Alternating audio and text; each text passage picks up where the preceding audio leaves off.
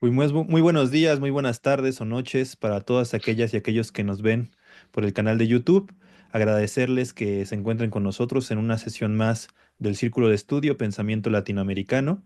En esta ocasión nos convoca un tema que viene relacionado con el tema que discutimos anteriormente, que fue el tema de la militarización y que explícitamente hablamos sobre la violencia. En esta ocasión vamos a hablar sobre un tema que de alguna manera se relaciona, pero que también profundiza en otros aspectos que consideramos importantes que podamos debatir. En ese sentido, el tema que nos convoca el día de hoy es el tema de necropolítica y para ello vamos a utilizar un texto de referencia que es el de Akil Mbembe, que es el de necropolítica, este filósofo camerunés, sociólogo también, del cual vamos a estar hablando de qué va su obra y también haciendo algunas aportaciones sobre este concepto. En este caso, el expositor va a ser Jesús, para el cual agradecemos mucho que nos haya propuesto esta lectura para su análisis, para su debate y que vamos a poder platicar el día de hoy. Como ustedes saben, la dinámica es que Jesús va a hablarnos sobre este tema en un tiempo determinado y posteriormente vamos a abrir un pequeño debate, un pequeño análisis, con distintas participaciones para poder, ir aportando más hacia este diálogo. Sin más, agradecerles a su presencia el día de hoy, agradecerle a Jesús la exposición y comenzaríamos con él que nos dé su apertura y su exposición. Muchísimas gracias, Jesús. Adelante.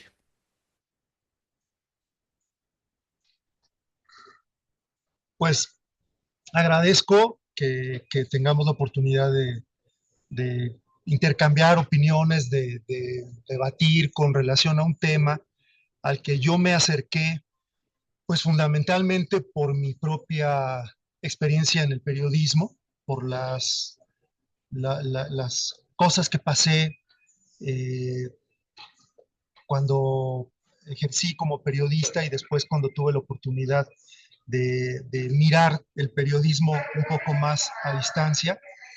Eh, yo creo que eh, todos hemos vivido de alguna forma la difícil experiencia de pasar por un estado de violencia, por un momento en el que el, en el espacio público se desatan, ¿no? Como todos estos instintos que tenemos agresivos contra unos contra otros. Y desde luego, desde esa posición, desde esa introspección, tuve la oportunidad primero de tener contención y después eh, descubrir que de fondo había una serie como de indicios que lo que estaba pasando conmigo no estaba únicamente ocurriéndome a mí, sino que había una vinculación con, con otras personas, con otros grupos. Desde luego, mientras hace uno periodismo, está atento a lo que ocurre diariamente y en algún momento usaba yo la metáfora de la fotografía cuando platicábamos acerca del tema de las encuestas. Recuerdo que les decía, bueno, finalmente lo que hace un diario, lo que hace un programa noticioso, lo que hace en general quien se dedica a la comunicación, es tratar de tomar eh, una imagen de lo que está ocurriendo día a día. Hay un libro aquí que al final les voy a sugerir su lectura de Eduardo Galeano, que justamente muy en ese tono de ir contando sus reflexiones personales, lo que está ocurriendo, aquello de lo que él se entera que ocurre a su alrededor y que ocurre a nivel mundial, lo va reflejando y lo va como diarizando en un diario, un itinerario muy personal. Yo creo que eso va haciendo muchas veces que uno piense que las cosas le pasan solamente a uno, ¿no? Uno está tomando como esa fotografía diaria y pues desde luego la sociedad, la comunidad, nuestro entorno son muy diversos, las experiencias son muy ricas, no se puede en un momento dado hablar y decir, particularizar y decir la violencia que hoy se vivió está enlazada de alguna forma con esta otra.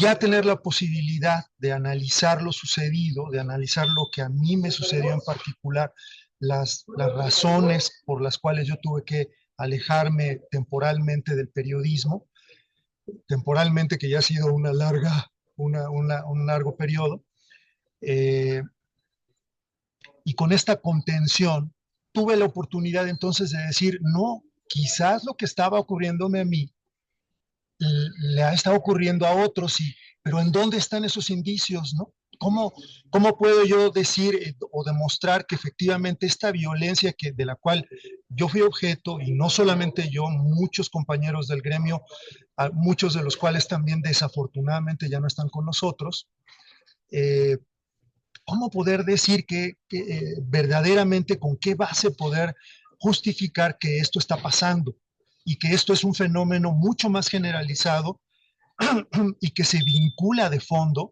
a unas razones, a una razón, digamos, que se ha instrumentalizado de alguna forma para obtener determinadas objetivos y que por lo tanto, una vez que esa razón se vuelca sobre la realidad, pues genera una serie de consecuencias, de daños colaterales que se expanden a todos los niveles de la vida pública y privada de las personas. Entonces, eh, primero adentrarme en el concepto de necropolítica y después ir hacia atrás en ese recorrido, descubrir a Foucault, a quien yo había leído en Las palabras y las cosas, y en algunos aspectos relacionados con el lenguaje, como comunicólogo, y a quien ya había yo, de hecho, descubierto pues, su profundidad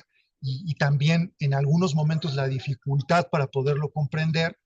Eh, eh, ir como hilando hacia atrás, descubrir que esto que aquí Bembe eh, define como necropolítica tiene un antecedente, es un diálogo dialéctico que se ha producido con relación a otros conceptos que Foucault puso sobre la mesa, digamos, de discusión teórica en la filosofía, pues es algo maravilloso, por principio, descubrir que Foucault es sumamente claro en muchos sentidos, en muchos aspectos, en muchos de sus escritos, en muchas de sus lecciones, de sus libros, y que no es ese Foucault que nosotros veíamos en la universidad, los comunicólogos que decían, es que es sumamente difícil entender qué está tratando de decir, digamos como en tratar de ubicar ese Foucault profundo y ese Foucault claro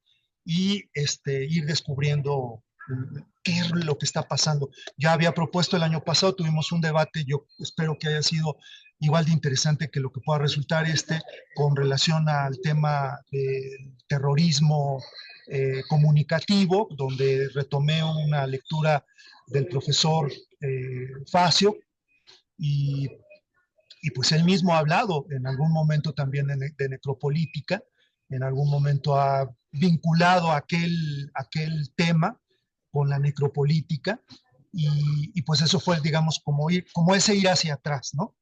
Eh, bueno, Bembe, como ya lo dijo hace un momento Fer, es un filósofo, historiador, teórico político, de origen camerunés, nació en 1957, desde luego pues entender que creció en un contexto marcado por tensiones políticas y por colonialismo, lo cual influyó fuertemente en su pensamiento político y filosófico. Él fue a Francia a continuar sus estudios universitarios. Allá obtuvo un doctorado en Historia y Civilizaciones en la Universidad de París. Decidió enfocarse en la historia colonial y poscolonial de África. Entre una de sus obras más relevantes, pues está La crítica de la razón negra, que publicó en 2013, que es su libro más conocido, donde propone revalorizar la identidad africana. Uno de los conceptos más influyentes que ha desarrollado, pues es justamente este de necropolítica, y se refiere, para entrar en materia, a cómo los estados ejercen control sobre la vida y la muerte de las poblaciones, especialmente en contextos postcoloniales. Desde luego, al lado de Mbembe hay otros teóricos como el filósofo italiano Giorgio Agamben, como el filósofo surcoreano Byung-Chul Han, como la filósofa feminista estadounidense Judith Butler, que de una u otra, como el académico y divulgador español Marcos Represas, todos ellos que vale la pena revisarlos, todos ellos tienen cosas súper interesantes que han retomado de Foucault para eh, sus distintas áreas de investigación, de análisis, eh, pues estas ideas que Foucault establece y para las cuales Mbembe establece un diálogo intelectual con él, pues han influido desde luego en muy diversas disciplinas. Ya hablamos de la filosofía, la sociología, la política, los estudios de género, el feminismo. Eh, bueno, decía yo que Foucault define la necropolítica como una forma contemporánea de sumisión a la vida, al poder de la vida, de sumisión de la vida al poder de la muerte, lo que realmente pues, se conoce como política de la muerte, que reconfigura profundamente las relaciones entre resistencia, sacrificio y terror. Eh, es un concepto que toma de Giorgio Agamben, el filósofo italiano al que mencionaba yo hace un momento, que acuñó otro término, el de tanatopolítica, para referirse en principio a este concepto que refina Achille Mbembe y lo lleva a él a los estudios postcoloniales y a la realidad de África. Eh, a su vez, Agamben construye un diálogo dialéctico con la idea de biopolítica que fue acuñada por Foucault. ¿Qué son entonces biopolítica, tanatopolítica y necropolítica? Foucault estaba interesado en analizar la relación entre el poder político, el conocimiento, el saber. Para ello analiza el Estado moderno, el que resulta de la ruptura epistemológica entre un saber religioso y un saber basado en la razón. Dialoga con Kant, explica que entre los siglos XV y al XVIII los estados nacionales en Europa lograron consolidar un poder soberano en el que el rey tenía un poder sobre la vida y podía decidir a quién quitársela. Entre los siglos XVIII y XIX surge otro tipo de poder, dice Foucault, de tipo administrativo en el que la disciplina se vuelve fundamental para gestionar la vida de la población. Se requiere entonces de una serie de estrategias y de mecanismos mediante los cuales el poder político regula la vida de los individuos y de las poblaciones. Foucault hizo popular este concepto, al que llamó biopolítica, en los años 70 y lo definió como el control que un Estado ejerce sobre la vida, la salud y el bienestar de las personas. En los años subsecuentes y hasta su muerte en 1984, Foucault fue matizando, fue ampliando e incorporando conceptos a su pensamiento filosófico con la intención de comprender al poder, a la política, a la cual él consideraba central en la vida de los seres humanos, y de encontrar formas de resistir a ese poder. Así es como establece una serie de definiciones complementarias como biopoder, soberanía, gubernamentalidad y autogobierno, a los que me referiré más adelante en la exposición o en algún otro comentario. Si para Foucault la biopolítica es el control que el Estado ejerce sobre la vida de las personas a través de una serie de instituciones y herramientas, en el Estado moderno, renunciando al uso de la fuerza, este poder tiene que recurrir a alguna forma de coerción. Comenzó entonces analizando el poder disciplinario en el sistema carcelario francés, el cual forja sujetos a partir de reglas y normas externas que gobiernan las conductas mediante horarios, rutinas, actitudes. Una vez que los individuos interiorizaban, se dio cuenta Foucault, estas normas ya no requerían de vigilancia. A esto le llamó biopoder. De modo que la biopolítica es la que se ejerce desde el poder, y el biopoder es aquello que ya introyectamos cada uno de los seres humanos. El Estado cuenta con una serie de agencias gubernamentales, dice Foucault, que juegan un papel crucial en la biopolítica, como los hospitales, como las escuelas, como las cárceles, las cuales juegan un papel crucial, establecen normas, establecen regulaciones que modelan comportamientos y prácticas sociales. A su vez, el poder conforma verdades a través del saber producido con determinados fines. La medicina, por ejemplo, la economía, la demografía y otras disciplinas. A esto le llamó Foucault dispositivos de saber poder. Como salida a esta encrucijada hacia la última etapa de su obra, Foucault planteó que ante todo ejercicio del poder siempre hay una resistencia a ese poder, y que la subjetividad de cada individuo es el campo de batalla entre los dispositivos de saber y poder y las técnicas de construcción del sí mismo. Es decir, el sujeto va a ser el resultado de esta batalla. Ahora, Agamben, ¿qué nos dice? Contrario, pero complementario a la biopolítica de Foucault, Agamben plantea en su obra Homo Sacer, en 1995, que la humanidad no solo asiste con la modernidad a un nuevo tipo de política, sino a su negación, a la que él denomina tanatopolítica. Agamben parte de la época antigua griega, cuando Aristóteles planteaba que hay tres formas aceptables de vivir en la polis griega, de vivir siendo comerciante, ejerciendo el comercio, la mercantilización, como filósofo o como espectador, pero más allá de las formas con derechos plenos y por lo tanto con derechos a la vida plena en la polis griega, había quienes no poseían la categoría de ciudadanos, los extranjeros, las mujeres y los esclavos. Agamben afirma que en paralelo a estas formas también existió lo que llama aquel humano sagrado o sacrificial, el Homo Sacer.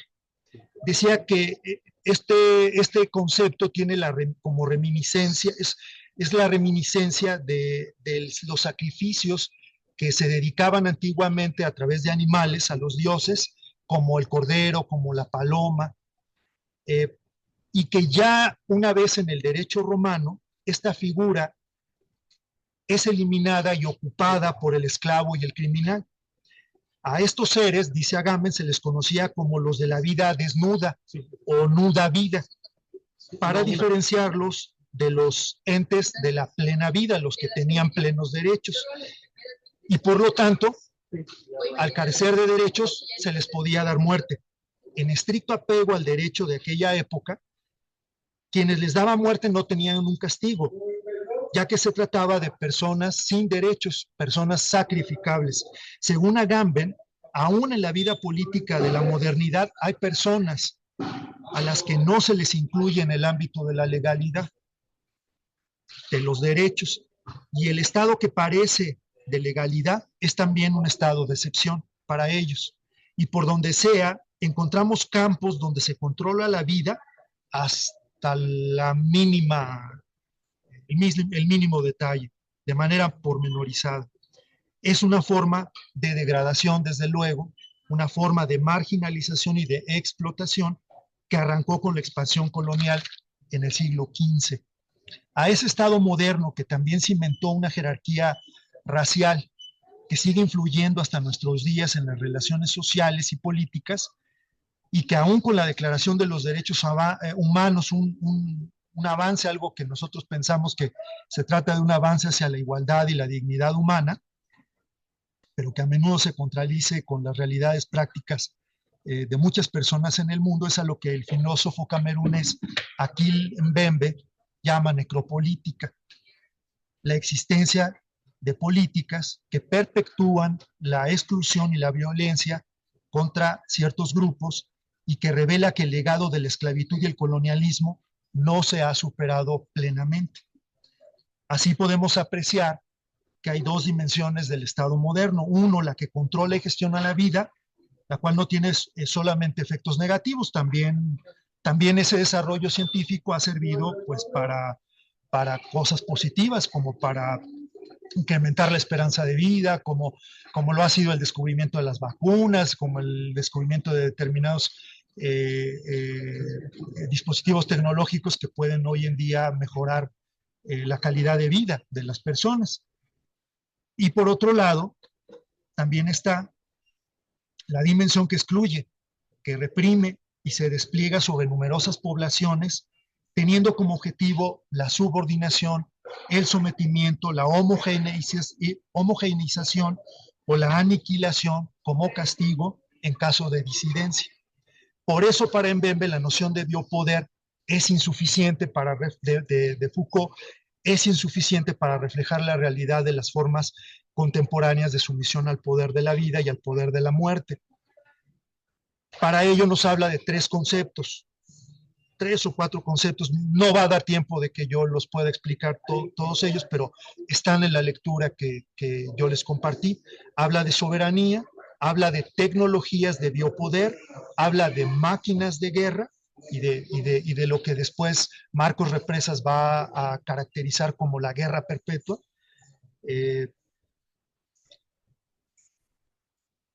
Es decir, el estado de excepción que ya se extiende sobre determinados territorios colonializados o donde hay un interés para llevar a cabo actividades extractivas, y algunas implicaciones espaciales que también tienen el despliegue de estos dispositivos, entre las que están, por ejemplo, lo que llaman las topografías de la crueldad, ¿no?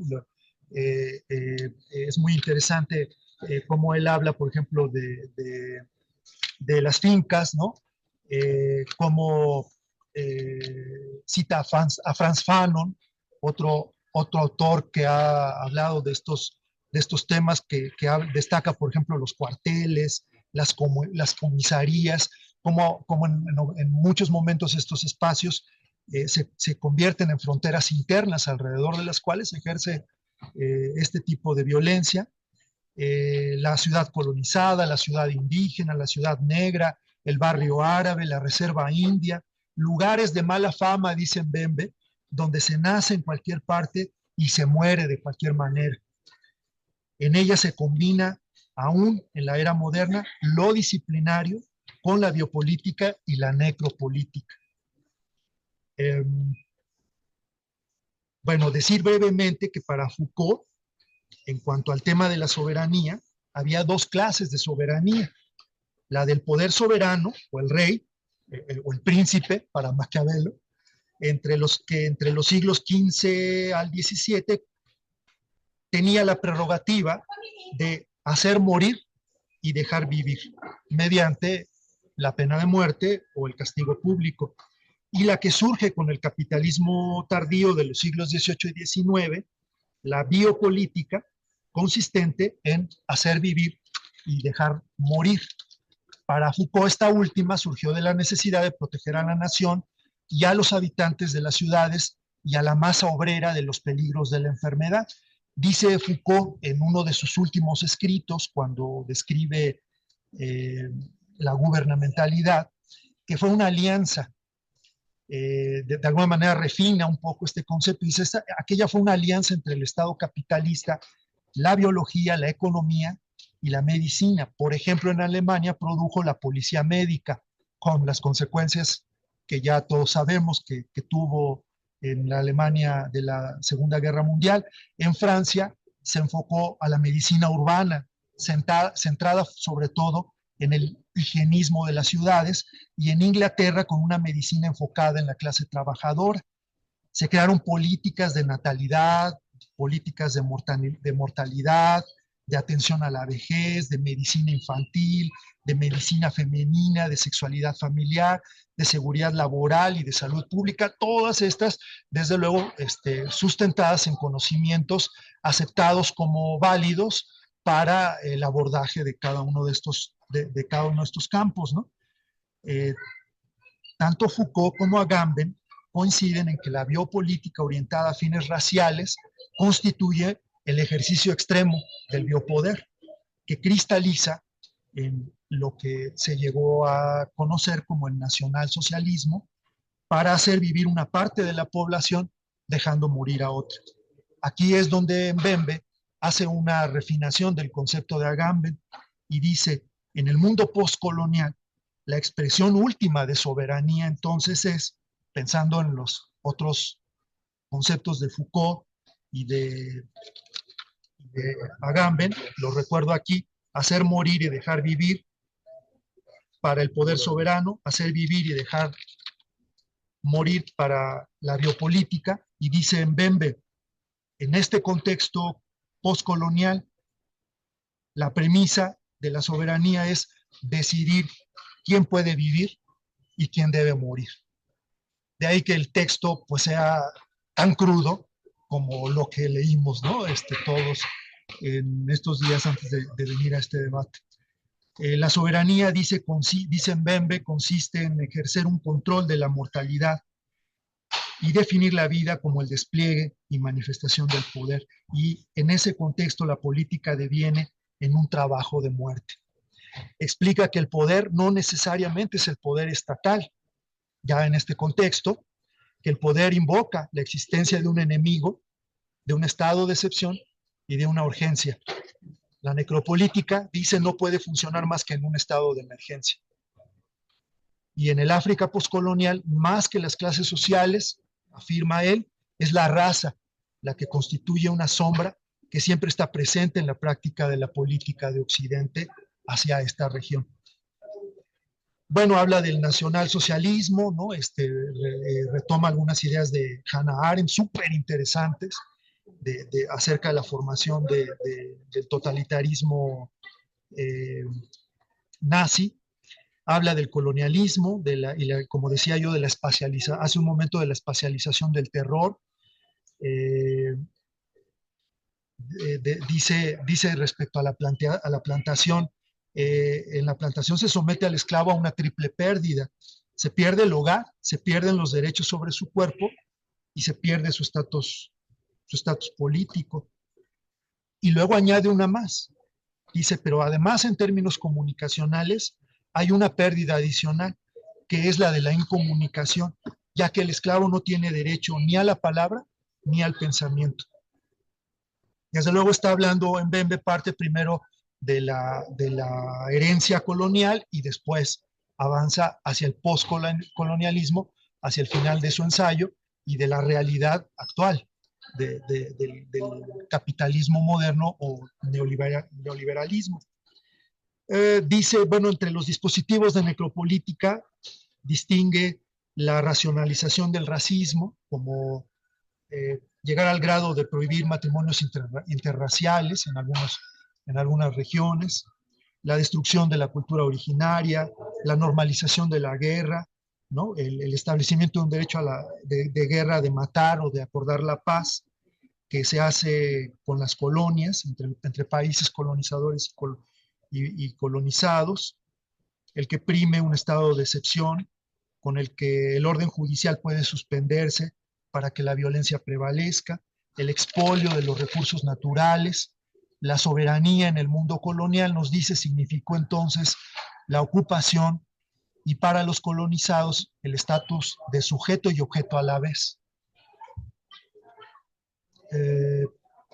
Pues nos habla de algunos asuntos muy recientes, de la historia muy reciente en Liberia, por ejemplo, ¿no? Durante la Guerra Civil de 1989, cuando se invocaron creencias religiosas para legitimar acciones violentas, ¿no? Algunas iglesias actuaron como mediadoras entre grupos en conflicto. Habla de Ruanda, de que durante el dominio belga los colonizadores favorecieron a los tutsis sobre los hutus, otorgándoles privilegios, y luego esto en 1994 pues derivó en un genocidio. 800,000 tutsis y hutus moderados fueron asesinados en un periodo de 100 días, propiciado todo esto por un discurso de odio sistemático y de propaganda que presentaba a los tutsis como enemigos del Estado. ¿no? Por más esfuerzos que se han intentado hacer para reconciliar a las dos comunidades y reconstruir el país, pues las heridas del pasado todavía persisten en esta región. En Tanzania, bajo el gobierno de John Magufuli, perdón si no lo pronuncio correctamente, entre 2015 y 2021, se reportaron violaciones a los derechos humanos, una creciente represión contra opositores políticos, activistas, contra periodistas, detenciones arbitrarias, un ambiente hostil para la disidencia, y en Angola, ¿no? En donde una economía basada fundamentalmente en el petróleo, una economía fundamentalmente extractiva y en los diamantes, pues no obstante se han generado enormes recursos para el país, pues esos recursos han generado una enorme desigualdad porque la concentración está en una clase gobernante y dirigente que oprime a la mayoría de la población, ¿no? Eh, Hablando de las máquinas de guerra, los dispositivos de guerra que se utilizan para poder llevar a cabo este estado de excepción en la mayoría de los países del África subsahariana, pues están las guerras contemporáneas que, que producen teorías, las cuales sirven para justificar la violencia contra la población, como la guerra justa, como la guerra aplastante, como las tecnologías de guerra. Dicen Bembe, en la globalización las guerras tienen como objetivo forzar al enemigo a la sumisión, sean cuales sean las consecuencias. El derecho de matar ya no es un monopolio del Estado. La guerra se ha convertido en un producto de mercado, ya que la mano de obra militar se compra y se vende en un mercado en el que la identidad de proveedores y compradores se desconoce. La aparición de milicias urbanas, ejércitos privados, ejércitos de caciques al mando de caciques locales, empresas privadas, empresas privadas de seguridad pública y ejércitos estatales que proclaman todos a la vez su derecho a ejercer la violencia y a matar. Dice, las máquinas de guerra son grupos de hombres armados que se crean y se disuelven según un objetivo o unas circunstancias. Son difusas, polimorfas y con capacidad de metamorfosis. Tienen características de una organización política y de una sociedad mercantil. Son híbridas en su funcionamiento interno. Tienen mucha movilidad y relaciones complejas con los estados, desde la autonomía hasta la incorporación a los mismos. El Estado puede usarlas como máquinas de guerra, apropiarse de ellas o ayudar a crear una de ellas o desaparecerlas. Dice, se han fortalecido debido a la erosión del Estado postcolonial para establecer un orden público. Están implicadas con organizaciones transnacionales locales o regionales y crean economías basadas en el predominio de lo militar. Grupos armados actúan bajo la máscara del Estado, pero controlan territorios bien delimitados. Cada vez más a menudo se enfrentan a otros grupos armados, sustituyendo la guerra entre estados soberanos. Y si no logran el poder del Estado, pues lo que sí pueden hacer es provocar divisiones nacionales. Es un resumen muy general que quise traer a cuento de toda una aventura, así lo digo yo, con mucho aprecio por la oportunidad de platicar con ustedes de este tema. Yo cuando, como les decía al principio, cuando lo planteé, estaba pensando en Facio, en lo que comentamos sobre Facio el año pasado, sobre el terrorismo mediático, como todas estas cosas repercuten a final de cuentas también en el discurso predominante en los medios de comunicación, y en cómo repercute a través, decía yo, de esos pues daños colaterales, ¿no? Que en México se nos vendió así la guerra contra el narcotráfico, se nos dijo, pues desde luego habrá algunos daños colaterales, pero todo está bajo control, y ahora vemos años y sexenios después que la situación cada vez se sigue saliendo más de control, a pesar de los esfuerzos que ha hecho el gobierno de la izquierda desde el sexenio pasado por detener esta violencia. y es que esta violencia tiene pues estos antecedentes y estas circunstancias estructurales. Eh, Decía Norberto Bobbio en algún artículo publicado en La Jornada, donde retomaron algunas de sus palabras, que él no es propiamente un pacifista, pero que si esta generación no logra comprender el peligro que hay eh, con el hecho de haber desatado la violencia a estos extremos o de desatar la violencia a estos extremos, pues puede caber la posibilidad de que la misma humanidad ya no exista. Entonces, a lo mejor el tema pacifista ya no es una opción, ya no es una convicción personal a la que se pueda llegar a través de las ideas que uno pueda defender, sino tal vez ya es una necesidad de instrumentalizar de alguna forma una cultura de la paz para evitar esto. Yo lo digo un poco pensando lo enriquecedor que me ha resultado descubrir a Foucault, leer algunos de sus textos y luego tratar de seguir un poco como su trayectoria intelectual sin comprender muchos aspectos. Reconozco que no puedo hablar de que sea un experto en Foucault desde ningún punto de vista, pero como alguien que se acerca, que se ha acercado durante estos meses a sus ideas, yo me veo muy reflejado en esa trayectoria, cómo Foucault busca justamente comprender primero desde un enfoque muy general y luego atiende poco a poco, va refinando sus ideas hasta llegar al sujeto y decir lo importante en todo esto, al final de cuentas, es el sujeto, porque desde su eh, perspectiva epistemológica, el, él dice el sujeto está mediado por todas estas causas. Eh, Somos en buena medida lo que esos saberes que se han diseminado por todas partes y que nos llegan a nosotros cotidianamente a través de diversos dispositivos, campañas políticas, mediáticas, van mediando también nuestra subjetividad. De alguna manera, Foucault lo que hizo al final fue tratar de llegar, no sé si el tiempo le dio, la vida le dio para poder acabar ese proyecto intelectual, pero sí trató en sus últimos escritos y en sus últimos días tratar de llegar hasta ese sujeto y tratar de encontrar algunas alternativas eh, para resistir a ese poder y para encontrar otro sujeto, para que el propio sujeto se desconstruya, ¿no?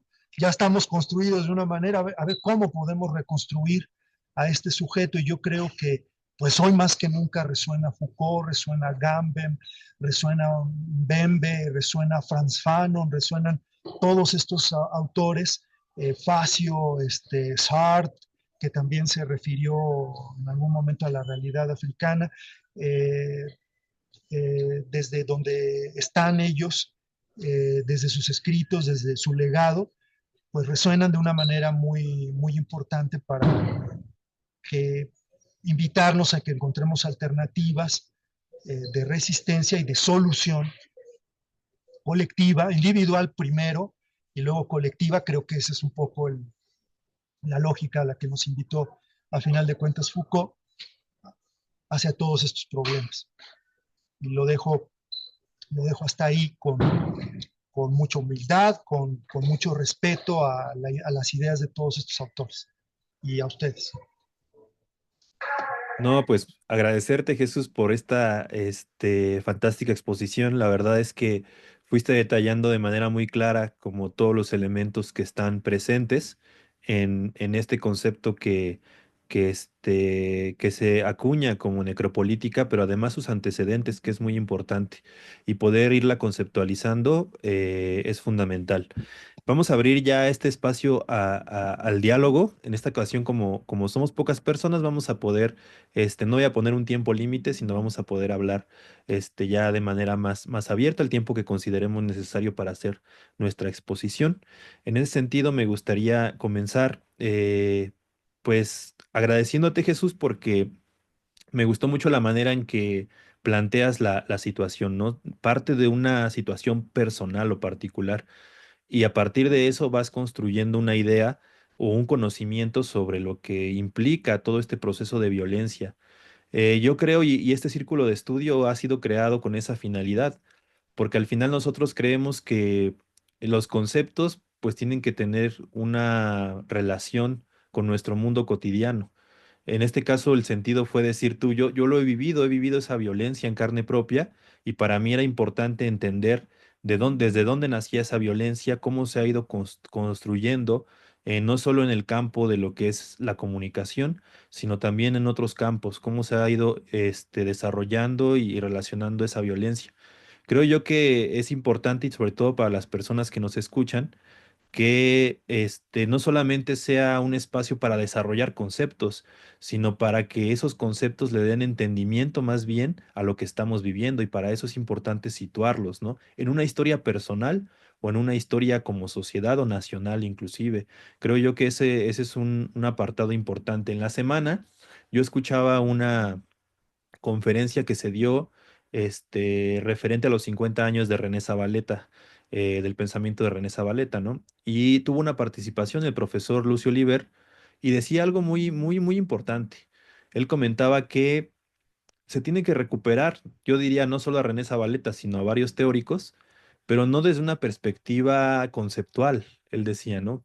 Entender que esos conceptos tienen detrás de sí todo un terreno histórico que te tiene que explicar, y ese terreno histórico nos va a abrir paso a entender las particularidades del presente, no como conceptos aislados o abstractos, sino aquellos que pueden configurar, en la medida en que nosotros le demos esa posibilidad al concepto, la realidad que estamos viviendo, y que en eso podamos definir si ese concepto sirve para entender el presente, y sobre todo si sirve para emprender una acción política de transformación del mundo, ¿no? Finalmente, el espacio del círculo de estudio nosotros lo creamos con esa intención de que estos elementos teóricos, que en un momento parecerían abstractos, si lo queremos decir así, más bien tengan sentido en la medida en que nosotros los asumamos como posibilidad de acción política.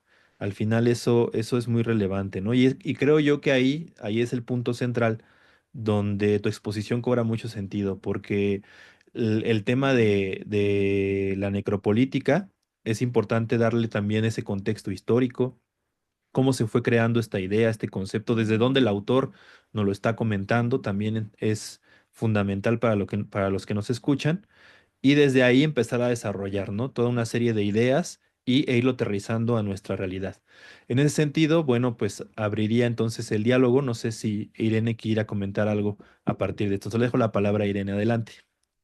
Pues muchas gracias. Sí, Jesús, está interesante el tema, me parece muy pertinente por el autor, sobre todo porque es un autor africano y hay que decir que seguramente todos sus ancestros, ¿no? Pues no sé si sus padres, posiblemente sus abuelos, sufrieron la esclavitud, ¿no? Entonces, eso es algo que no hay que dejar de lado en este autor, ¿no? Porque yo, antes de entrar a lo que podría decir sobre el tema, solo quiero señalar la importancia de la población africana para que el capitalismo pudiera existir. Hay este libro que no sé si se ve, creo que no se ve, déjenme quitar el, la configuración del video, nada más para que lo puedan ver. Este libro que es de Juanita Ochoachi, que tiene poco que salió. Juanita va a presentar el tema de cómo la población está siendo reconfigurada por la lógica de acumulación de capital.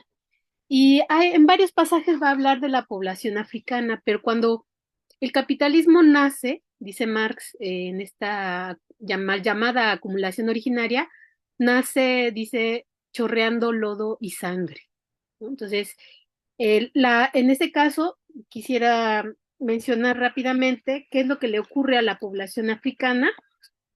Nos dice Juanita Ochoa, reconfigurando esta historia incluso de la etapa colonial, que se conoció aparentemente no capitalista, pero sin embargo, es la génesis del capitalismo, lo que está ocurriendo.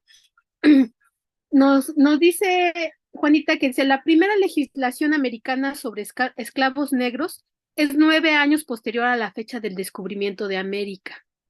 Es decir, o sea, desde el siglo XVI, desde principios del siglo XVI, ya empieza un proceso muy fuerte de destrucción de la población africana, porque lo que significaba que hubieran esclavos en América era que se les había robado y arrancado de sus lugares de origen por medio de la violencia.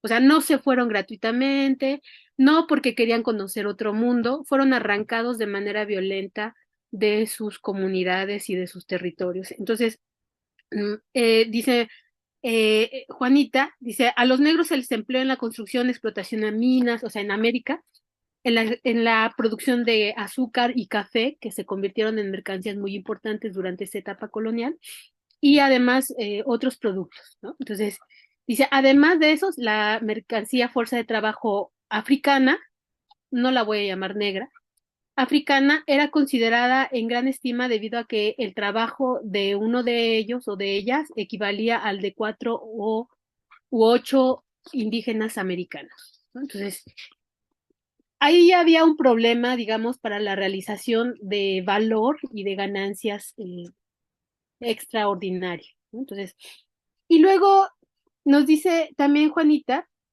que si bien la esclavitud era ya practicada en África por los musulmanes antes de la llegada de los europeos, lo cierto es que la intervención de los portugueses en el comercio de esclavos que hizo del continente africano una pieza importante y además generó un estancamiento demográfico en su población.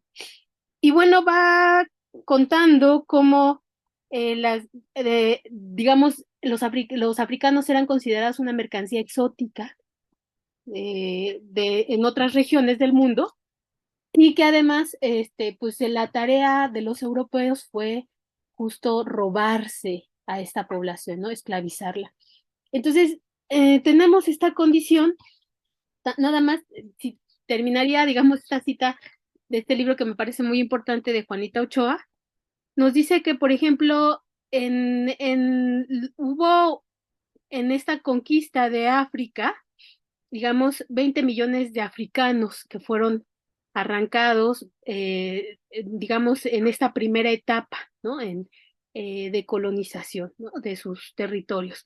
Nos dice también que si bien esos fueron los que se contabilizaron, bueno, no se contabilizan los que murieron en el camino, porque esos fueron los que llegaron a tierras americanas o a otras zonas del mundo, pero no se contabilizan los que murieron en el camino o las familias que se destruyeron, las familias enteras, comunidades enteras africanas que fueron destruidas.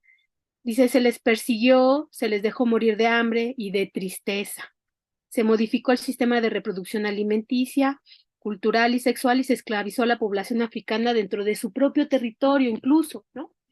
Eh, y luego Juanita nos dice, esta condición, o sea, aparte de que los esclavizaban, se los robaban, destruían sus comunidades, sus familias, sus parentescos, los desarraigaban, que eso es un dolor. O sea, parece, si ahora ya es más fácil como viajar, moverse, la fuerza de trabajo está guiada por la lógica de acumulación de capital y la desarraiga, pero en ese tiempo, o sea, siglo XVI, estamos hablando de vínculos muy fuertes de la población en su territorio, ¿no? Eran prácticamente una unidad. Entonces, esto dice, nos dice Juanita, dice, seguramente produjo una gran depresión vital en las mujeres que sabían que procrearían para nutrir los barcos de portugueses, españoles, holandeses e ingleses.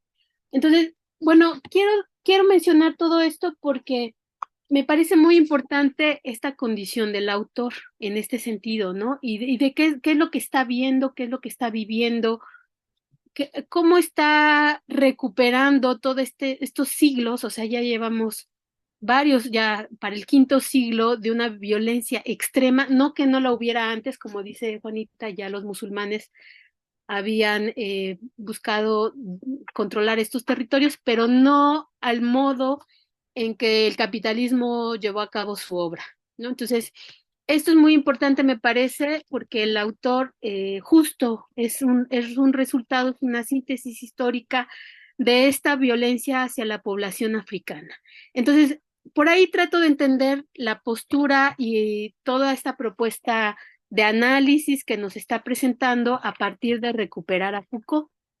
Entonces, bueno, eso primero lo quiero decir para reconocer con quién estamos dialogando y no dejar de lado toda esta parte que mi crítica o la posible crítica que pueda yo realizar a lo que él plantea no desdibuje lo que realmente ocurrió con la población africana, que eso es como lo que me gustaría decir en primer lugar.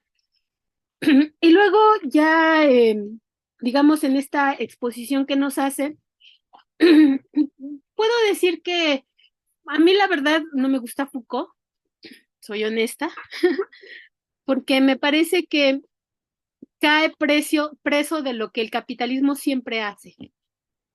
El capitalismo mira hacia el pasado y cree que siempre hubo capitalismo, o mira hacia el futuro y cree que siempre habrá capitalismo, ¿no? Es un efecto, decía un profesor, medusa, en donde petrifica la historia pasada y también la historia futura, ¿no? Entonces, y no hay salida, ¿no? Ante esa visión, ya, pues, ¿para qué le hacemos al cuento, no? Si siempre va a haber capitalismo, entonces no tiene caso más que vivir dentro del capitalismo, ¿no? Entonces, genera una visión desencantada de una posible crítica más radical que intente cambiar esta lógica capitalista. Entonces, me parece que Foucault queda preso de esa condición. Ve, ¿no? En el biopoder, siempre ve relaciones de poder hasta en las células, ¿no? Humanas.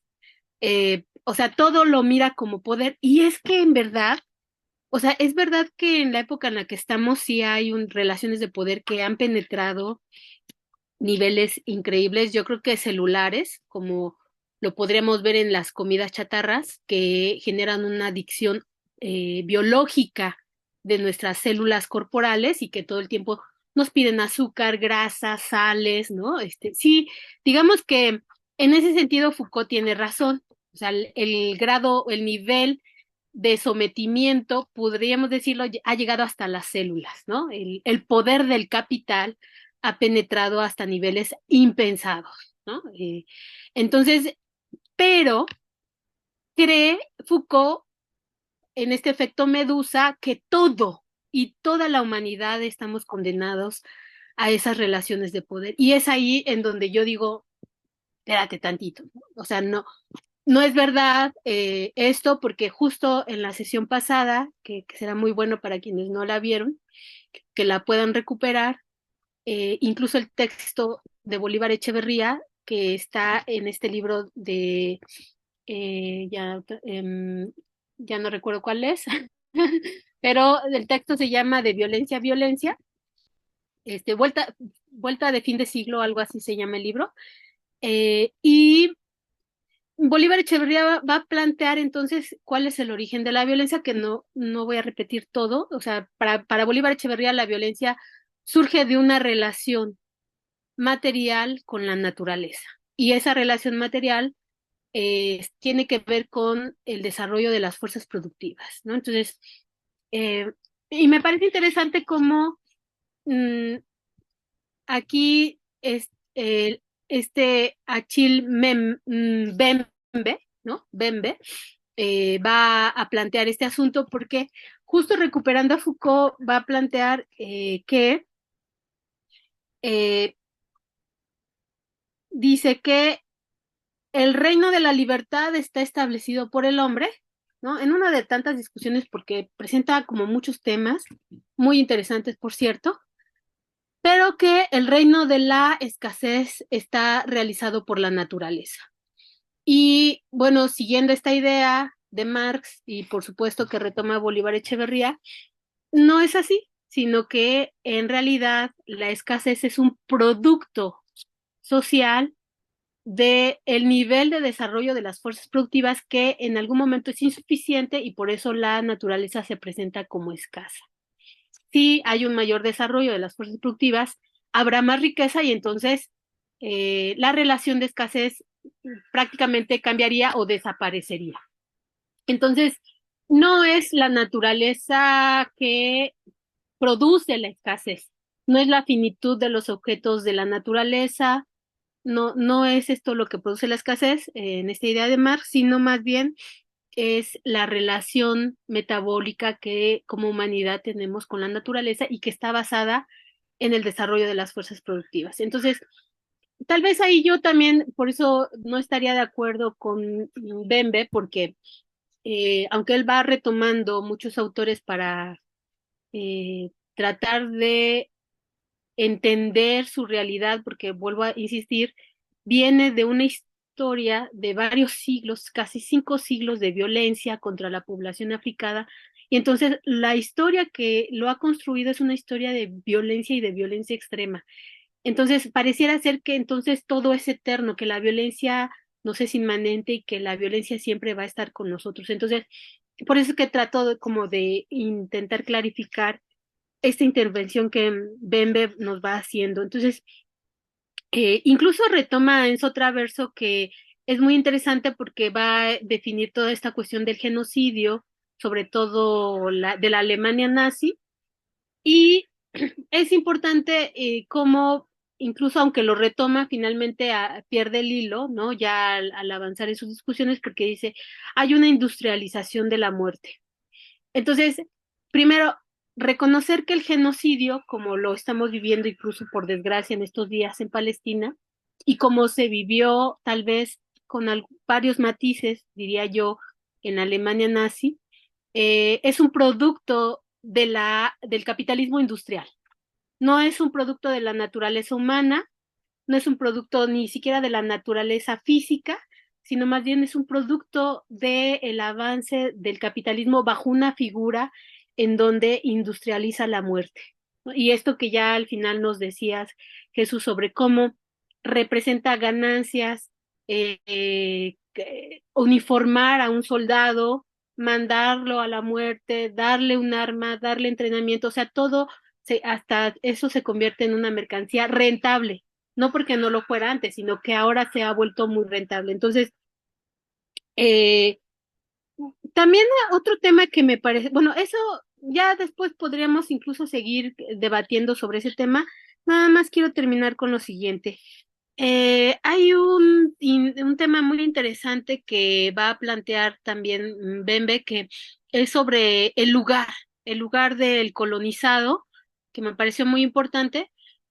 Primero porque África se convirtió en un territorio de colonización prácticamente, ¿no? O sea, de sometimiento, de violencia, eh, esto que Juanita Ochoa dice, seguramente las mujeres cayeron en la tristeza y en la depresión porque sabían que si procreaban, o sea, la procreación de un hijo es un acto de vida, de amor, de un montón de condiciones biológicas, humanas y sociales, psicológicas, culturales.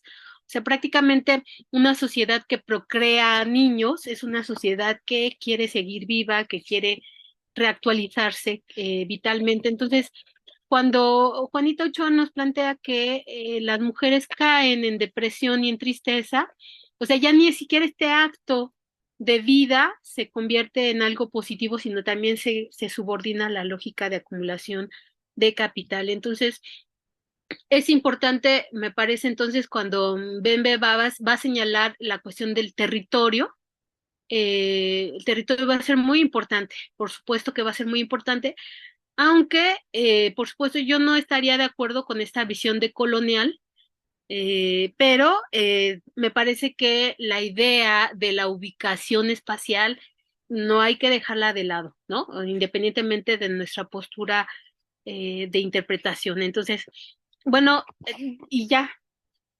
cerrando con este último tema, perdóname, Fer, los instrumentos o los dispositivos de los que habla y que recupera de Foucault van a ser muy importantes porque finalmente el capitalismo actual, el instrumento de trabajo o el medio de producción lo ha adecuado demasiado a la lógica de acumulación, tanto que incluso los ha subordinado a un grado extremo en donde toda esta tecnología militar, todo esto, este complejo militar industrial que así le llaman, va a crear ciertos dispositivos. Bueno, va va a retomar, por ejemplo, el caso de la exhibición o de la guillotina, pero bueno, ahora vemos, o sea, la bomba atómica, vemos que Rusia tiene más de 5.000 bombas atómicas, Estados Unidos por igual, el que le sigue China 500 bombas atómicas. Entonces, estos dispositivos, principalmente de muerte, van a expresar esta lógica de esta configuración específica del capitalismo actual. Entonces, yo le quiero dejar ahí para que podamos seguir debatiendo sobre el tema. Gracias.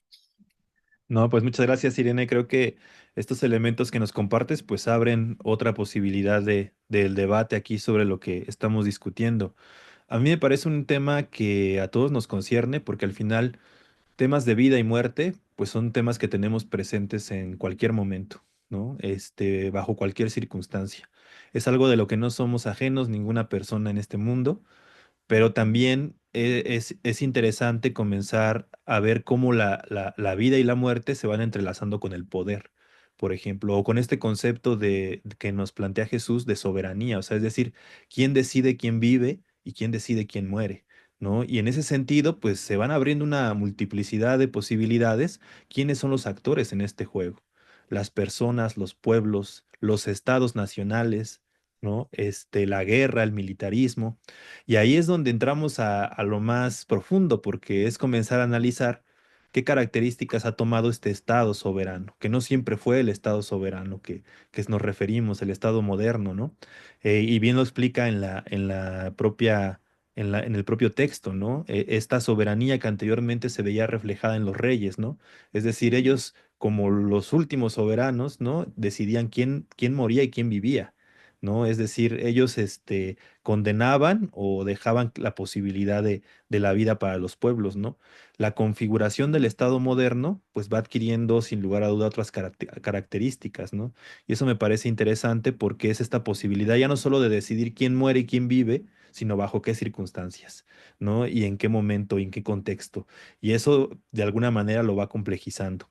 Me parece interesante también este abordaje que hace Irene porque no es importante no perder de vista cómo se ha ido construyendo este Estado moderno, ¿no? Cómo se ha ido construyendo institucionalmente, pero sobre todo bajo una visión productiva, industrializada a lo largo de los años. Y que este desarrollo tecnológico industrial no ha surgido de la nada, sino más bien ha tenido propiamente un espacio político de dominación y que esto ha sido un terreno para la construcción de todo un modelo de producción.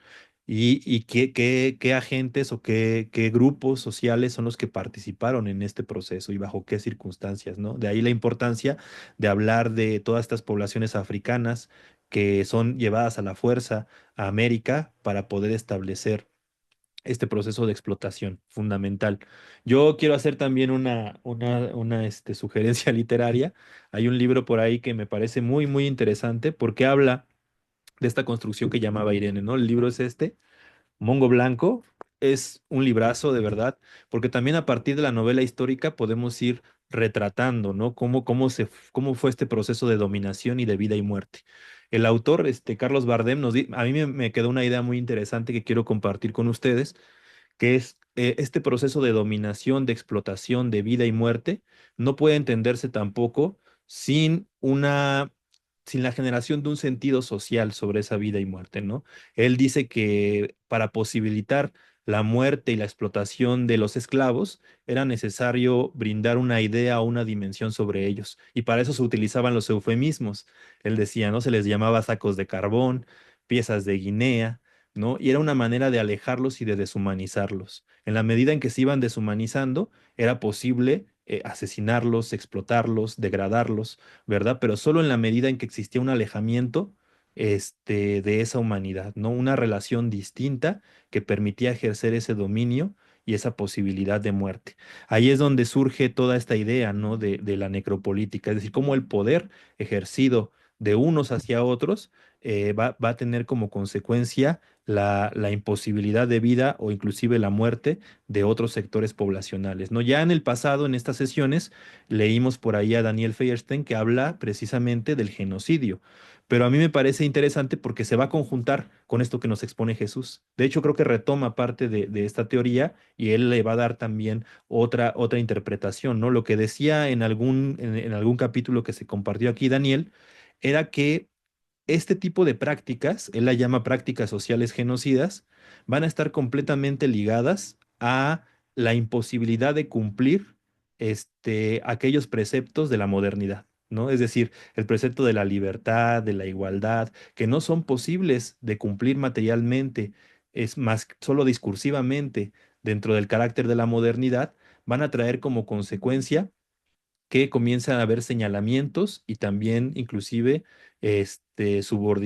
insubordinaciones más bien hacia esta idea, ¿no? Y la modernidad va a encontrar una salida hacia este tipo de insubordinaciones en el carácter de las prácticas sociales genocidas, ¿no? Como último elemento de esa soberanía que ya explica bien Jesús en todo lo que nos narró de la lectura, ¿no?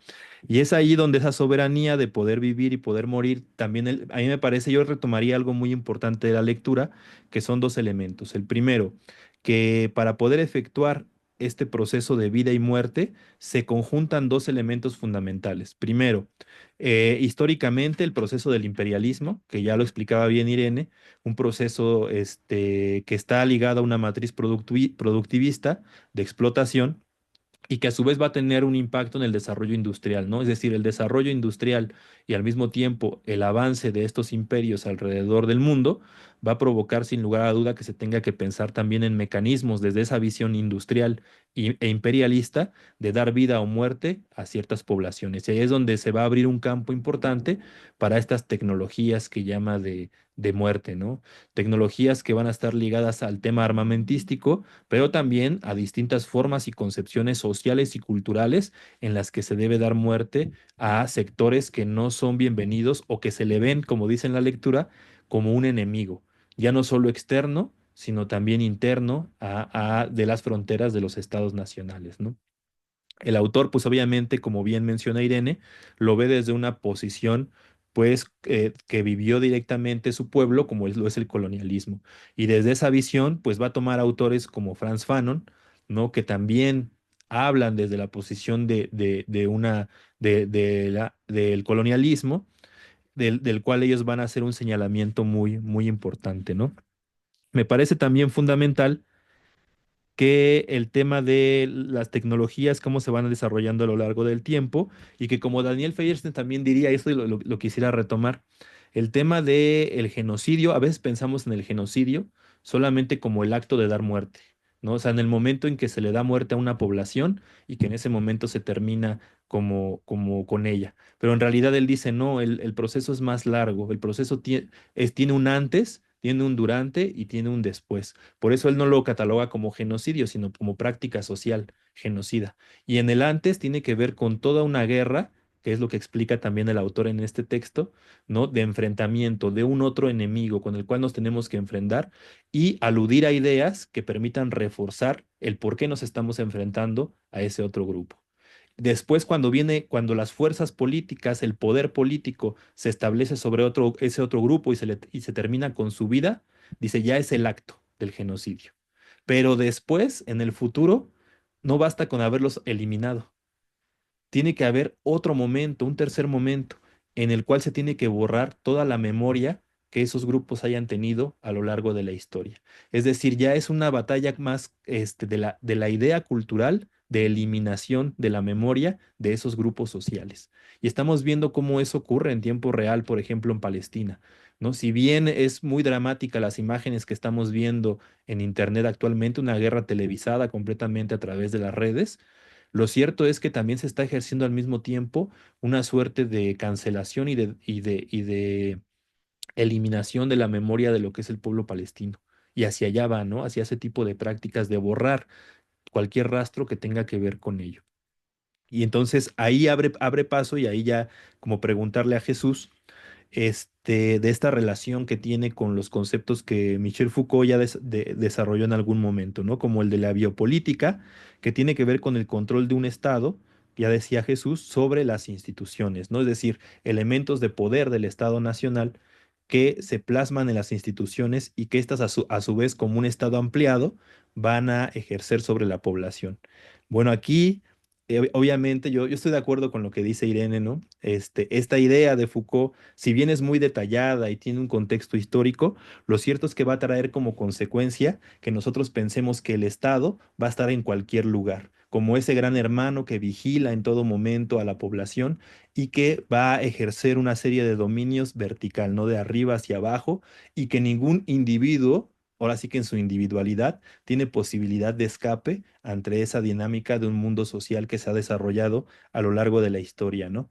Sin embargo, también habría que complejizar esa idea quizá a lo mejor con teorías como la que aporta Antonio Gramsci, que precisamente dice, bueno, existe un estado ampliado, pero en ese estado ampliado se da una serie de configuraciones y resistencias que están presentes todo el tiempo, ¿no? O sea, que no se dicta de manera vertical, sino que también hay resistencias y en esas resistencias se va generando una especie de coerción, pero también de consentimiento del otro lado, ¿no? Es una disputa constante que se está realizando a lo largo de estos elementos. Y sobre todo, es interesante el planteamiento gramsciano porque lo que hace es verlo desde una matriz colectiva, ¿no? Es decir, cómo se configura lo que él llama la sociedad civil o ese estado ampliado, quiénes son los que participan de esa lucha y cómo van a establecer una nueva forma cultural para trascender esa dinámica, ¿no? Pero bueno, yo ahí lo dejaría y preguntarle a Jesús cómo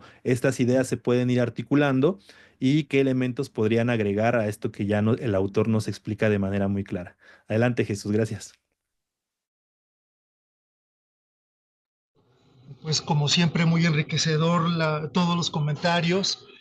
Desde luego, mi visión es como periodista, como urbanista, me interesan eh, las relaciones que pueden establecerse también no solamente desde lo colectivo, que es fundamental, sino también a nivel internacional, ¿no? Me parece que muchas de estas posibilidades habría que trabajarlas, por ejemplo, desde la diplomacia, y creo que ahí hay para eso toda una construcción de instituciones eh, y de cortes internacionales que como sociedad de manera organizada tendríamos que estar insistiendo una y otra vez ante estas organizaciones.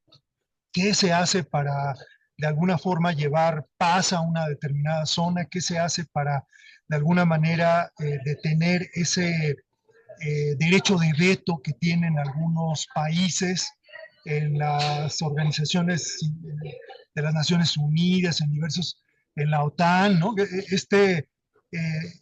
Esta posibilidad que tienen algunos países de dar línea, ¿no? Y de decir, pues, esto es lo que se hace y no nos interesa, ¿no? Esta es la visión que tenemos, nos sigue interesando mucho más, seguir poniendo por delante los intereses económicos, la depredación, la extracción de recursos, seguir trayendo recursos de una zona del mundo a otra, concentrarlos porque ahí hay una enorme necesidad de consumirlos y de desecharlos, ¿no?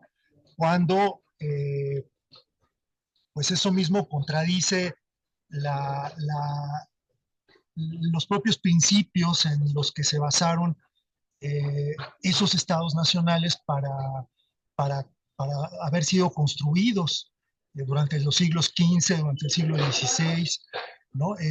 A mí me parece súper interesante todo el último texto que leí de Foucault, en el que habla de la gubernamentalidad, un poco como para ir trazando así esta posible respuesta a los planteamientos de Fer y de Irene, en donde hace una arqueología tal cual, ¿no? Esa era su visión y su método de Foucault, hace una arqueología de, de lo que, revisando los textos originarios, no solamente eh, Maquiavelo, sino a todos aquellos autores que respondieron a Maquiavelo, que intentaron decir no, no, no, no, no, porque Maquiavelo está despojando a la actividad política de la filosofía y por lo tanto rechazaron a Maquiavelo. Y él habla de este concepto del arte de gobernar, ¿no? Que es un concepto antiguo, ¿no? Heredado él le llama de un orden pastoral, ¿no? En la Edad Media.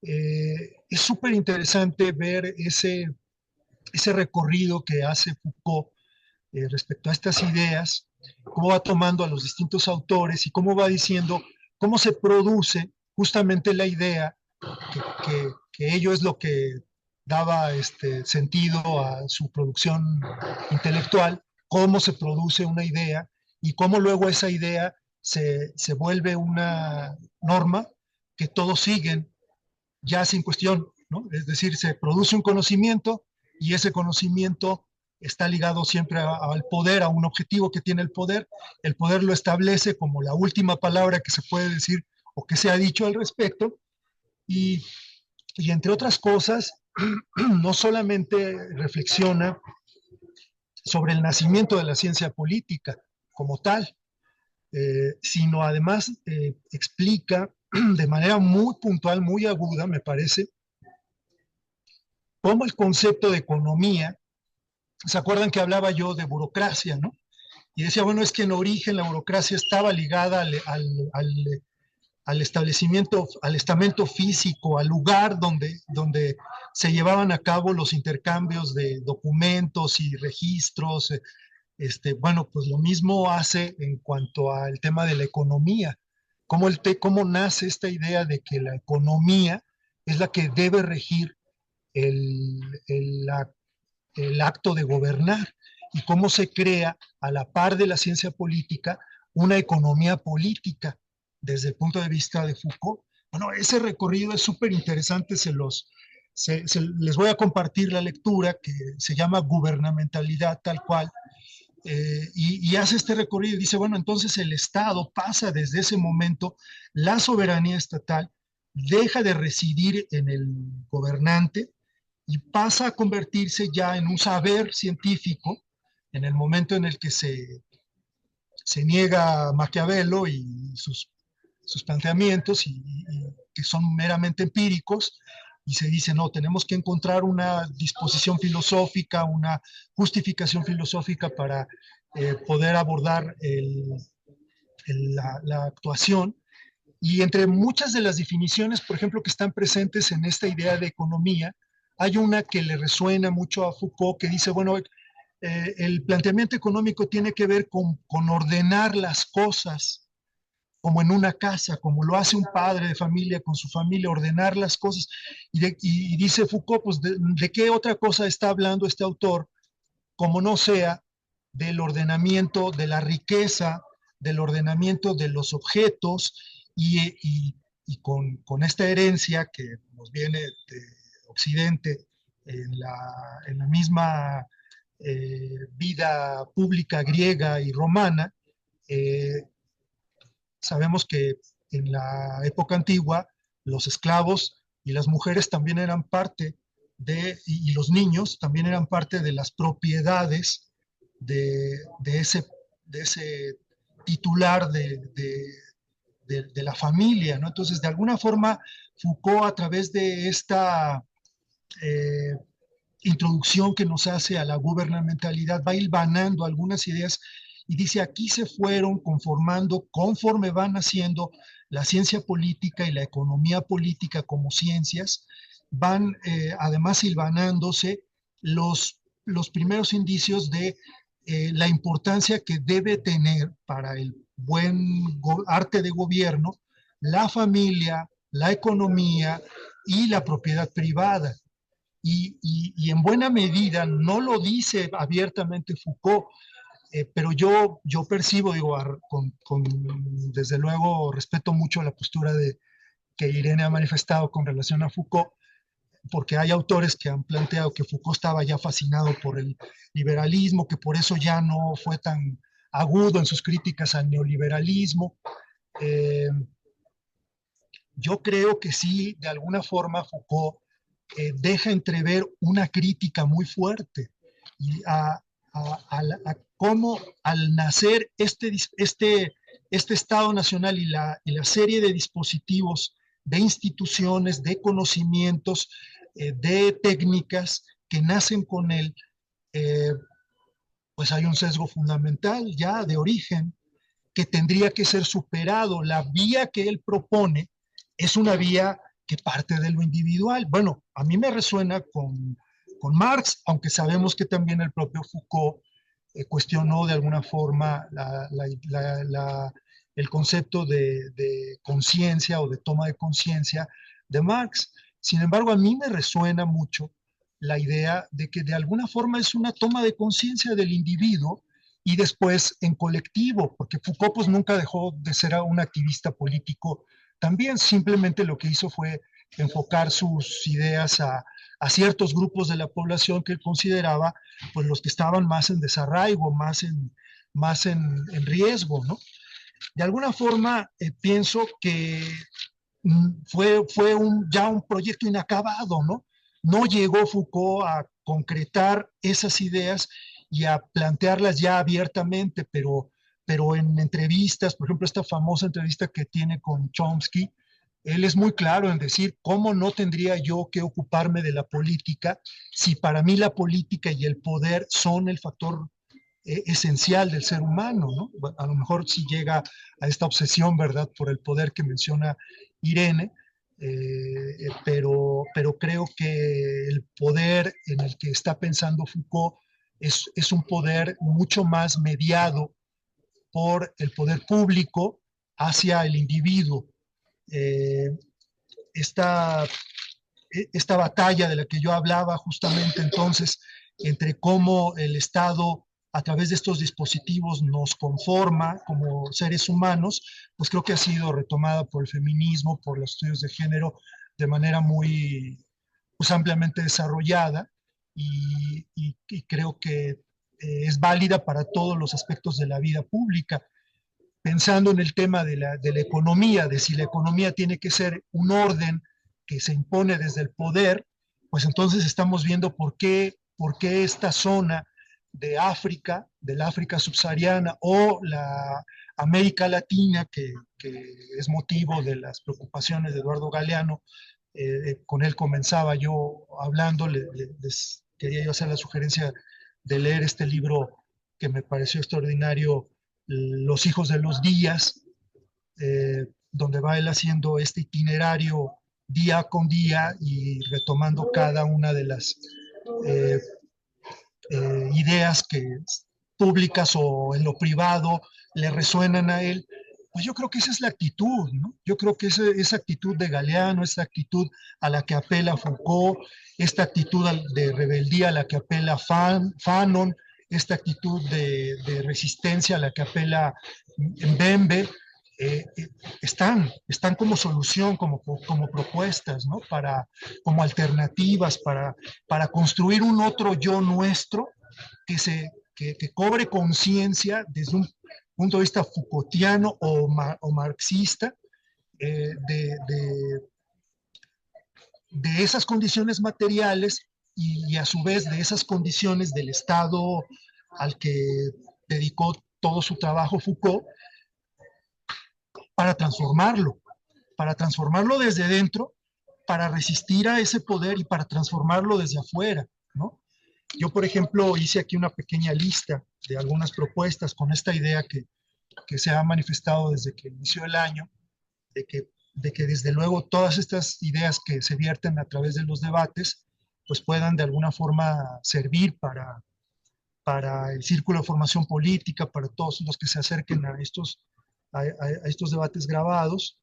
Y pensaba yo, por ejemplo, en algunos tópicos, ¿no? Por ejemplo, Agamben habla de los derechos humanos, ¿no? Él dice, pues particularmente, eh, pensando, por ejemplo, en esta idea de Fanon, ¿no? De la deshumanización, pues Agamben dice, los derechos humanos, particularmente aquellos, hay que defender aquellos a quienes no se mira como sujetos de derecho, ¿no? Activar el potencial humano en el momento en que deba ser necesario aplicar la desobediencia civil a alguna norma que sea absurda, que vaya en contra del ser humano.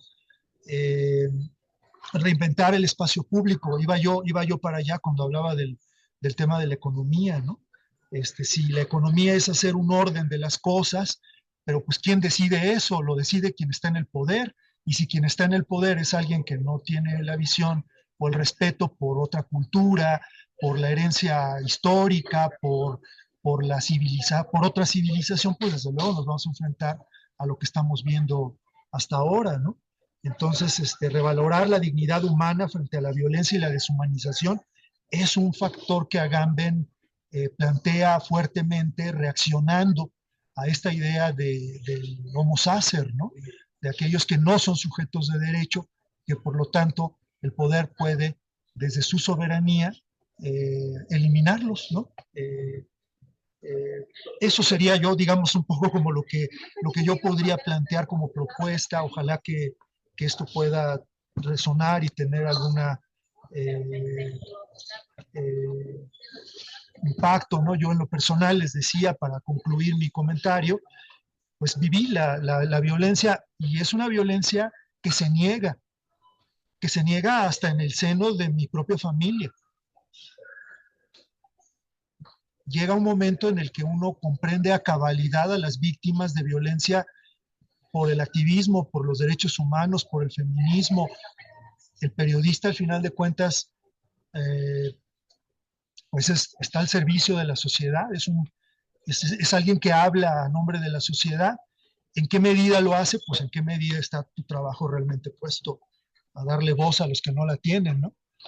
Y creo que la violencia que yo viví me dio y que a la cual afortunadamente sobreviví, me da la oportunidad de reflexionar desde este punto y de ponerme en los zapatos de todos aquellos que son violentados y que no les creen, ¿no? De ir al Ministerio Público, y miren, se los traje aquí para que justo, de ir al Ministerio Público o de ir a las distintas instancias de derechos humanos que hay en la Ciudad de México y en el país, y de que no te crean.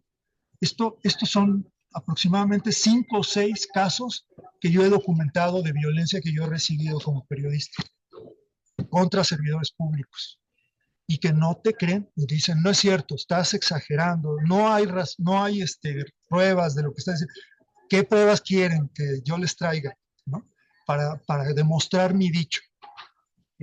No soy del tipo de periodistas que habla sin fundamento, y me parece que yo he vivido en carne propia. Por eso también explica en buena medida que no se me permita en las universidades a las que yo pertenezco expresarlo mediante un libro, mi propia experiencia. Por eso no se me ha permitido durante el transcurso de los años expresar y decir, esto es lo que yo viví.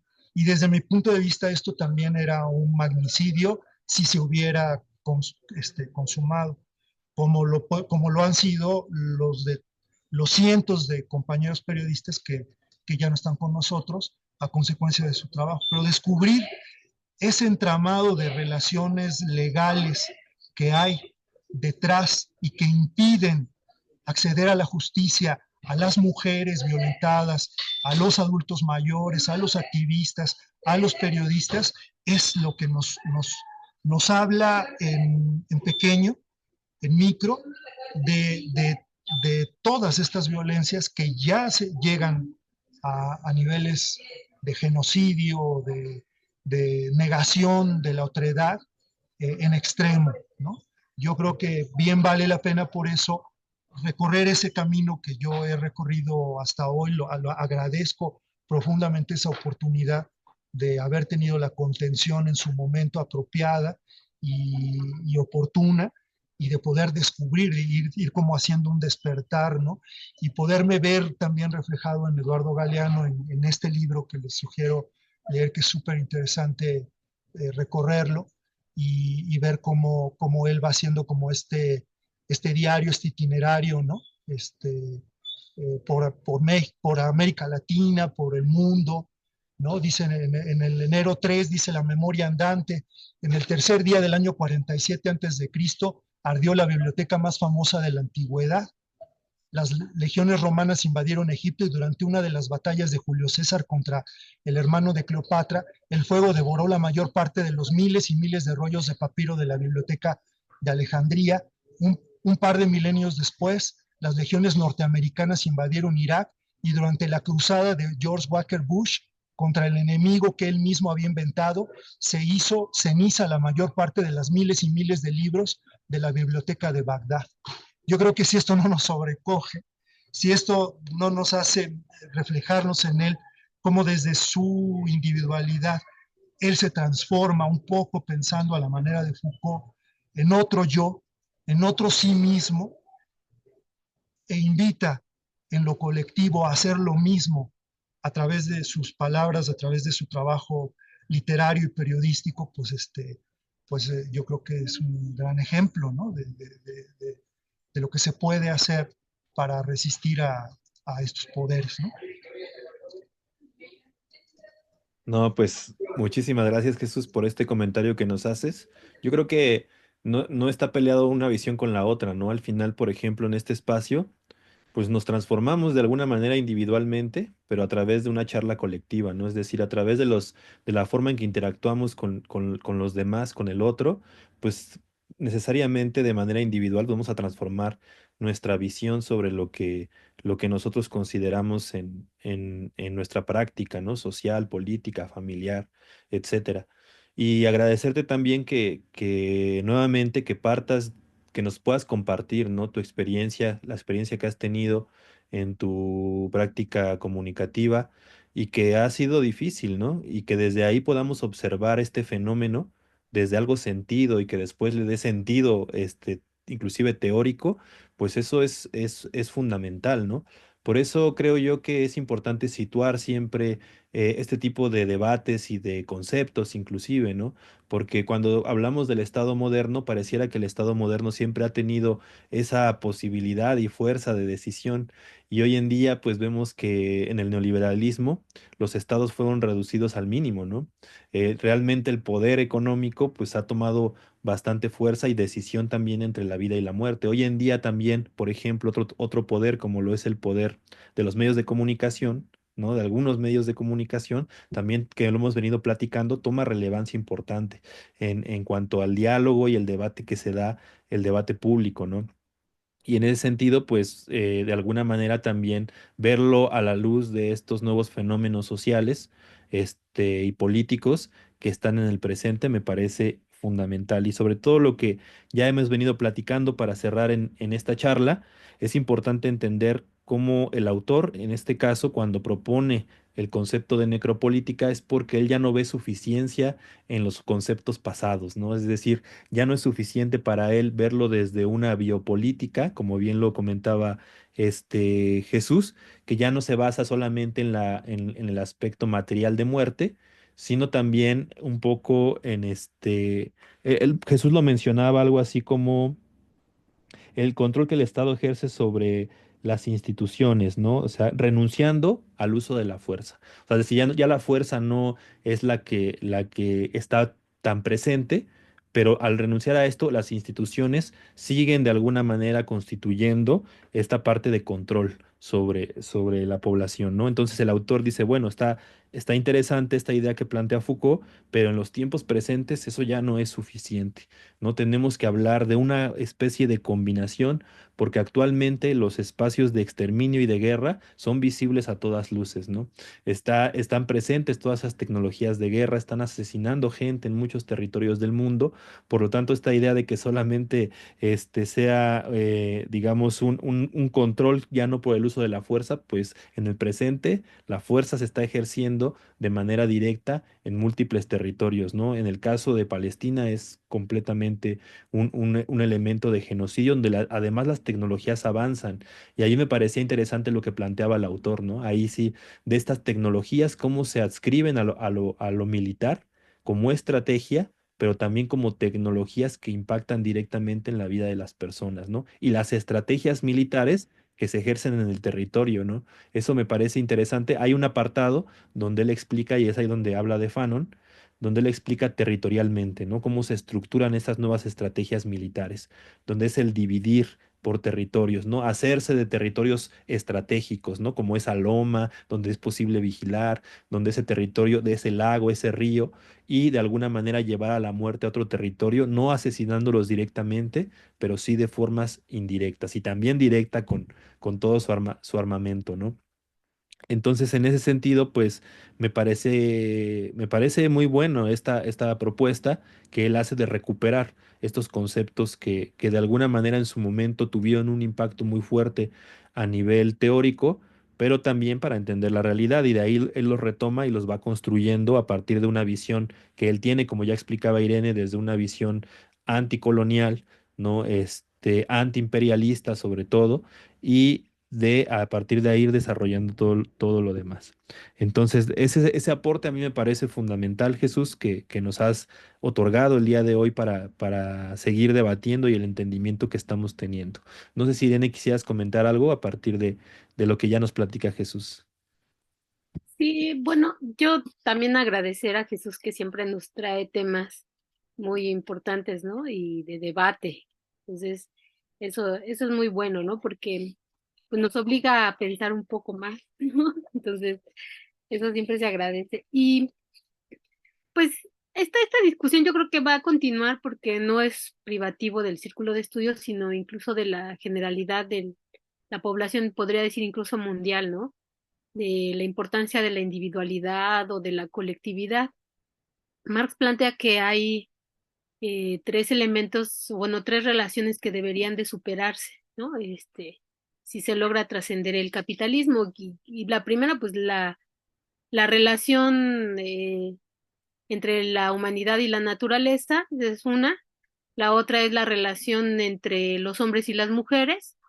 Y una tercera relación sería entre lo individual y lo colectivo, ¿no? Que son relaciones que todo el tiempo están en una frente a otra, ¿no? Entonces, por esta lógica, pues que el capitalismo todavía no es que las haya producido el capitalismo, sino que están ahí, son relaciones aparentemente muy, bueno, no aparentemente históricamente muy viejas, pero que se espera, al menos esa es la apuesta de muchas personas que piensan como yo, no son todas no son la mayoría por desgracia, pero pensamos que se puede superar esta discordancia a partir de transitar del capitalismo hacia otra forma social. Pero bueno, el tema de la discusión de lo individual y lo colectivo, que es importante porque Foucault también así lo plantea, como bien nos recuerda Jesús, ¿no? Desde dónde se parte, desde la individualidad o lo colectivo, y esta es una cuestión que también ahorita nos ha dicho Fernando sobre cómo logramos, ¿no? Avanzar, ¿no? Y sí es una relación dialéctica, es una relación compleja, porque todo mundo la vive, pero hay algo que Marx plantea en donde dice, cuando el obrero es comprado de manera individual en el mercado por el capitalista, no hay posibilidad de ningún tipo de resistencia. Solo bajo la lógica del trabajo y sobre todo del trabajo colectivo al que obliga el capital, es cómo se produce la conciencia de clases. No hay manera de producir individualmente, solo desde la individualidad, la conciencia de clase. Y como Foucault, no solo Foucault, sino también Bembe va a abandonar, ¿no? La idea de la lucha de clases, sí, lo dice al inicio del texto, para él ya la lucha de clases es irrelevante porque plantea incluso que la raza, ¿no? Está por encima o cobra mayor relevancia en estas relaciones de poder y de sometimiento. Entonces, por supuesto, yo tengo ahí diferencias, ¿no? Pienso que finalmente sigue siendo la lucha de clases la que determina todo lo demás, ¿no? En este caso, el sometimiento del capital que ejerce sobre el trabajo, y que cuando compra, decía yo, individualmente a la fuerza de trabajo, no hay manera de resistir, ¿no? Y que la única manera de producir un cambio, de defendernos frente a este tipo de violencia es construyendo colectivamente la conciencia de clase. Entonces, sí es un fenómeno complejo, ¿no? Porque si partiera de la individualidad, pues ya las cosas habrían cambiado para mucha gente, pero no es así, tiene que ser colectivo. O sea, sí atraviesa la individualidad, pero finalmente tiene que ser una acción colectiva, porque de otra manera, de manera individual nadie puede parar lo de Palestina, de manera individual nadie pudo parar lo de la Alemania nazi, ¿no? Entonces tuvo que ser un ejercicio colectivo. Entonces, eh, eso por un lado, ya finalmente me parece, hay que leer a Foucault, por supuesto, a mí no me gusta, la verdad, no me gusta nada. Tiene razón Jesús cuando plantea que habla de condiciones, de una crítica profunda a estas formas de poder que se han incrustado a niveles, yo decía, hasta celulares. O sea, eso es real. Sin embargo, decía yo también, se pierde la perspectiva, ¿no? Histórica, porque aunque dice una verdad, plantea que esta verdad se vuelve universal hacia el pasado y hacia el futuro. Y entonces es ahí donde digo, no, no es verdad.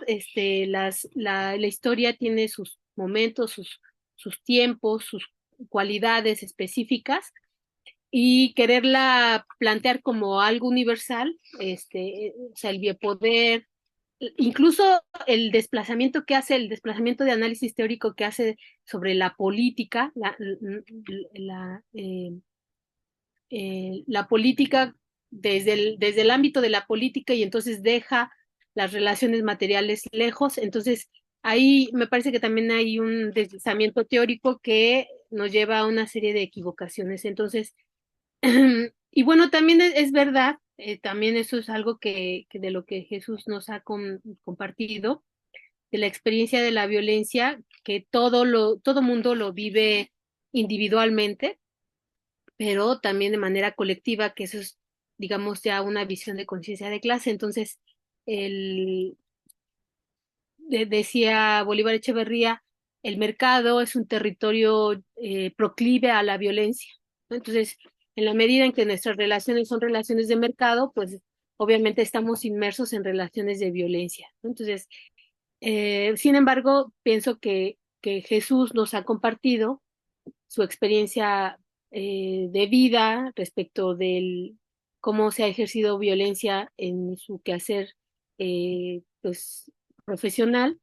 Y entonces sí hay que decirlo también, porque es en la etapa neoliberal en donde se han asesinado a más periodistas. Entonces, no ha sido históricamente así. Entonces sí tiene que ser explicado el ejercicio de la violencia, sobre todo este cuerpo académico, también es un cuerpo político, ¿no? Un cuerpo profesional que hay que, vamos a decirlo, también hay que situarlo históricamente, y hay que explicar los motivos por los cuales este tipo de profesionistas están sufriendo de violencia, que en este caso, bueno, el caso de Jesús, pues nos habla mucho de eso, ¿no? Entonces, yo le dejaría ahí, bueno, y finalmente agradecer a Jesús todo lo que nos comparte siempre. Muchas gracias, Irene, y pues no sé, dejarle la palabra a Jesús para cerrar ya esta sesión y de antemano pues agradecerle la exposición. La verdad es que creo que clarifica, sobre todo para quienes nos escuchan, cuando hablamos de estas ideas que tienen que ver con la violencia, con el Estado, con la soberanía, que nos ayuda a clarificar un poco cómo se relacionan, ¿no? Y cómo se efectúan ya en un contexto específico. Pues sin más, Jesús, adelante, para que podamos ir cerrando. ¿Me escuchan? Se me cerró aquí la computadora, estoy hablando a través de mi celular. Ok, diría yo, pues, sobre todo Jesús, disculpa, creo que se está... agradecerles la oportunidad de comentar esto. Luego, la referencia que yo hago, ofrezco una disculpa de antemano por ello, porque sé que el objetivo fundamental del círculo es hablar de temas que tienen que ver con lo colectivo. Sin embargo, pienso que por la trayectoria que me tocó vivir con relación a el tema que mencionaba al final, la etapa neoliberal que ocurre más agresiones en contra de periodistas que en ningún otro de nuestro país, pues desde luego fue lo que fue el detonador de haber vivido la violencia en carne propia y el poder decir, sobreviví a esa violencia quien me mueve en lo personal desde hace varios años, ¿no? Pero desde luego nunca dejar de ver que uno como periodista pues es un individuo y que el interés colectivo estará por delante que el interés individual. Yo pensaba en términos de partir de lo individual, no porque sea, digamos, la única forma o la única fórmula o el verdadero motor del cambio político. Me parece que tampoco Foucault lo plantea en esos términos, ¿no? Yo creo que lo que él hace es de alguna forma descreer que dadas las circunstancias, dada la violencia que se vive en todo el mundo y que a él le toca vivir también en carne propia, por lo cual tiene que viajar a Estados Unidos, de alguna forma vivir una especie de exilio voluntario. Lo que a él le hace pensar es decir, bueno, ya lo único que me queda a mí como productor de ideas es partir de lo individual y quizás desde su propia subjetividad, pues es que logra plantear esta hipótesis. Me parece que eso no niega, como decía yo, dada la calidad de su trabajo enfocado a todos aquellos que no tienen voz, a todos aquellos que son de alguna manera silenciados, relegados, discriminados, desterrados, son víctimas. Me parece que tienen una fuerza. Nada más recordar, Irene, pensando yo en la definición de genocidio, desde luego en Bembe, para él el factor es el racismo, y desde luego eso es lo que lo lleva a retomar también algunas de las ideas de Hannah Arendt con relación al nacimiento del fascismo en Alemania. Pero yo creo que pensando en la definición de genocidio, que tiene que ver no solamente con la agresión o la nulificación de un grupo, de una etnia, de una nación, de una raza, de una religión. Creo que es un concepto todavía mucho más abarcador que lo que plantea Bembe, ¿no? Desde luego lo dice también desde su subjetividad y creo que es válido a veces hablar también desde su subjetividad para plantear alternativas o encontrar cruces, encontrar experiencias, ¿no? que nos puedan llevar a resistir y a encontrar la forma de modificar la realidad desde dentro, como yo decía, de las instituciones o desde fuera. Depende pues solamente lo dejaría, digamos, en esos términos, ¿no? Agradecerles la oportunidad. Espero que esta discusión pueda ser fructífera, que pueda ser retomada. Seguramente habrá muchos que estén a favor de las ideas de Foucault y muchos otros que estén en contra, pero la idea, desde luego, fue plantear un recorrido personal que a mí me ha tocado en lo personal, en lo más íntimo, en lo más personal, me ha tocado vivir y desde luego hacerlo resonar con mi trabajo en medios de comunicación. Decía yo que este debate en buena medida pues es la continuación de un debate anterior que planteábamos con relación a los medios de comunicación, al poder de los medios de comunicación que tienen de construir narrativas y decir, pues desde luego que sí existen otras alternativas para construir esas narrativas. Yo en aquel debate decía con mucha desazón algo que otra periodista que estuvo con nosotros hace unos debates, Mayela Delgadillo, que después fue integrante de la Asamblea Constituyente, decía, no hay que olvidar que esta constitución, la constitución que se escribió en 2016 y 2017 en México, también costó vidas. No hay que olvidar de su última participación. Y yo también decía en el debate de Carlos Facio, cuando hablamos de terrorismo mediático. También ya dedico este debate a todos aquellos de nuestros intelectuales a lo largo en México, a lo largo de estos últimos años, ¿no? Desafortunadamente, este tipo de política lleva a esto, ¿no? Toca todos los frentes, toca la cultura, toca la política, toca la administración pública, toca el activismo social, el activismo ecológico, y es en nombre de todas esas voces que hoy ya no pueden hablar, dado que a mí la vida me regaló la posibilidad de sobrevivir y de decir y de poder comprender qué es lo que está pasando conmigo, en mi entorno, en mi comunidad, en mi país, en mi región y en el mundo, pues regalar de alguna manera estas ideas, ponerlas en la mesa de discusión, de análisis, y ojalá que puedan ser productivas, que puedan ser útiles, que puedan ser constructivas para hallar soluciones, ¿no? Y creemos que así será. Creemos que realmente esto que nos has comentado el día de hoy va a servir sin lugar a duda no solo para ese sector profesional, como decía Irene, de la comunicación, sino para otros que están precisamente tratando de entender cuál es la lucha que están emprendiendo y también contra qué se están enfrentando, ¿no? En ese sentido, pues agradecerte, Jesús, agradecerle a Irene, todos los comentarios y lo que hemos platicado el día de hoy. Una charla más, sin duda. Ahora sí nos extendimos más, de verdad. Ahora estamos menos, pero nos extendimos mucho más en nuestros puntos. Eso también a veces es bueno para el diálogo y el debate, ¿no? Que finalmente se ha establecido en este espacio y que esperamos que quienes nos escuchan también nos puedan comentar, ¿no? ¿Cuál es la posición? Porque como bien dice Jesús, pues hay distintas posiciones en torno a los temas y la idea es abrir este diálogo, este debate que permita pues ir construyendo nuevas alternativas. Agradecerles a todas y todos los que nos escuchan, que tengan muy buena tarde y nos estamos viendo próximamente para una sesión más del Círculo de Estudio. Que tengan muy buena tarde.